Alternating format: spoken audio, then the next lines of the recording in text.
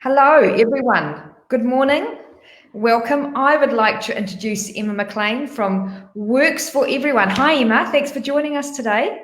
Kia ora. You're very welcome.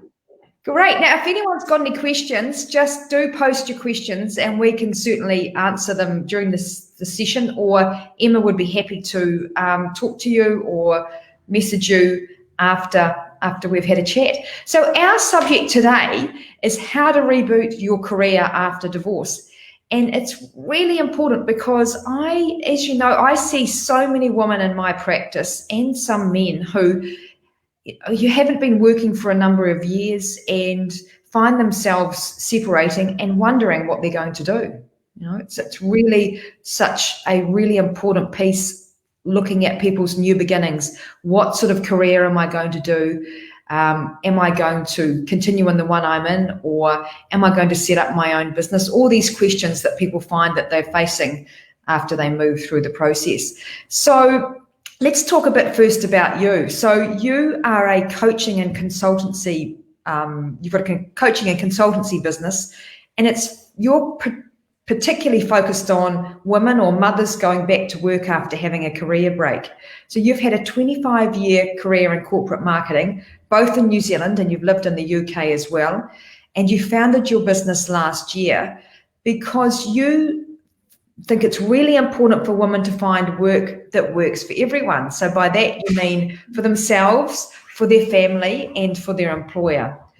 And you have got 3 children yourself, so you know how hard it is working with a family, but also you want to talk about, the benefits that come from being in work.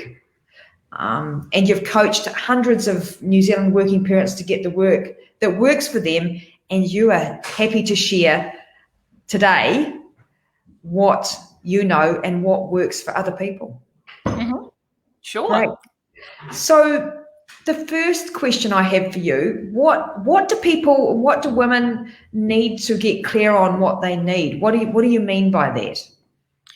Yeah, so I think when you're looking to reboot your career, the first thing you need to think about is what you want in your career or in your job. What's important to you? So it might be things like, I really want a 20-hour-a-week job, or it might mean I want to go back into the role I already had 5 years ago. I want to reboot my career as a business analyst, for example. And I think this really, this checking in with yourself around what do I want in a job? Because if you're going to trade your time for money, make sure you're doing something that works for you and works for your family. And I think, when you're starting this, aim high. Don't just go, I'm going to go and work in a shop, or I'm going to go and be a secretary. What do you want? What are your dreams? Tap back into your inner voice with getting clear on what you want to do for a job, and what the things when you're doing them, you feel really like you again. What are you passionate about, isn't it? It's really, if you have to get up every day and go to work or have your own business, you really want to be working in a space that really means something to you. Hey? Yeah. And I think, like, a lot of people talk about that, and the reality, it's actually really hard to find that. But, if you know that's what's the thing you want to find, just get curious about it. And start thinking about all the things you've been involved in when you've been on a career break. I bet a lot of women out there have taken community leadership roles, working on school fundraising committees, working on charities, that kind of stuff. Right. That is leadership, right? Springboard from that. You've developed great skills. You've got networking. You know how to deliver. You know how to organize. You know how to motivate. Everyone needs those people. So, yeah. Oh, absolutely. And I think I'm always encourage women in my practice that, if they can throughout their marriage or relationship, always have their hand in something, as you say, whether it's something voluntary or something charity or just babysitting or nannying or whatever that they can do to help others, or as you say, part of the school. Because I know that I was very fortunate. Well, in a way, my mother died of ovarian cancer, and the positive thing that came out of that is I went on the New Zealand Gynae Cancer Foundation and became a trustee, which then led me, when I separated, to be the general manager. And I remember sitting in my office on the first day, after having not worked for a number of years, well, paid work, going, oh my God, what do I do now?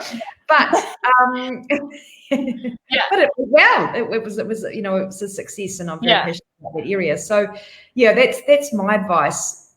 Is everyone make sure you're doing something which can be put into practice in the future. Yeah, and I think, yours is a beautiful story, and thank you for sharing it, because opportunity comes from the places you least expect it, and so, do things that just instinctively feel right. So that instinctively felt right for you, and look where it's led you. Look where it's led you. Have faith in the universe. I'm going to sound a bit like Oprah now, but have faith in the universe. Follow your curiosity. Okay, don't worry if you don't know what you want to do. Just do something, because you'll work it out. Don't stress about it, but follow your curiosity. That felt right for you to join the Ovarian Cancer Society, and then look what happened. So just be open to possibilities. That's what I would say to people. Absolutely, and people can find passions and things they never thought would be something that they would be interested in. And that's right. As we journey through life and we have these different challenges, I mean, you come across things that you're like, that really interests me. And I think one of my mantras is there's always a positive and a negative. There is always a positive and a negative. And you can find it. Even if it's that small, you can find it, Totally. So let's talk about playing to your strengths when you're looking at getting back into the workforce. Tell us more about that. This is a great confidence hack for everyone. If you are feeling low, if you are feeling like you don't have the confidence to get back out there and get a job, write down all your strengths and make sure you're going for roles or you're creating your own business around your strengths. When you play to your strengths, you will feel on top of the world. Strengths actually give you strength. So when you're doing them, you feel strong, you feel energized. Do not worry about your weaknesses. I am 48. I know what my weaknesses are, and I don't care. Every 360-degree feedback I've ever had, you jump straight to the weaknesses and you're like, oh, how am I going to fix that? No. If you focus on your weaknesses, you'll take them from bad to meh. If you focus on your strengths, you'll go from good to great. And that's where you want to go. Find out your strengths. Ask your friends, when am I at my best? Ask previous employers, previous colleagues. Write down your strengths and read them a lot and get familiar with them and believe in yourself. Play to your strengths. You'll get the biggest confidence boost. That's the first thing you should do. Write them down. Yeah, and it always comes back to too is you've really got to love yourself, haven't you? And this is all part of it, isn't it? You've got to back yourself. You've got to back yourself, and everyone has strengths. There is, everyone does. So there is definitely, if you're listening out there, you've got lots of strengths. It's a matter of thinking, okay, well, what are they? And as you say, ask other people, what are my strengths? Yeah, I mean, everyone's got strengths, and it's actually a really good skill to be able to talk about them, because I think it's a human truth that humans want to help each other. And if we come across someone that's looking for a role and they say to us, well, so what are you good at? If we can't talk about that actively, we're not going to help them to find us a role. So we need to join up the dots for people. And sometimes we're not comfortable talking about ourselves, but the only person that's going to blow our trumpet is ourselves. So we need to just move through that fear. So true. There's some people out there that are very good at talking about their strengths, and they're the ones that stand out. So be that person. Absolutely. Speaking of talking, So elevator pitches. Tell Yes. us what they are and how people can put one together. Yes. So an elevator pitch, which, you know, basically says what it is on the tin, which is a short pitch that you could deliver in an elevator, say, for example, from the ground floor to level 10. But really where I see them working for the clients that I work with is when you're standing on the soccer field sideline next to someone you don't really know that well, when you are doing a drop-off at a birthday party, that kind of thing. And you've got like 1 minute to be able to talk to someone about what you're looking for. So when someone says to you, and you say, oh, I'm actually looking for a new role, and maybe they're a managing director of a business, and they say, oh, what are you looking for? And if you say to them, oh, anything, I could do anything, is actually not useful. No. You need to develop a crunchy elevator pitch that kind of incorporates your strengths, the environments that you thrive in, and the problems you love solving. So, for example, someone might say to me, you're looking for a job, and I go, yep. They said, what are you looking for? I say, well, you know, I'm not sure what it's actually called, but what I love doing is solving problems.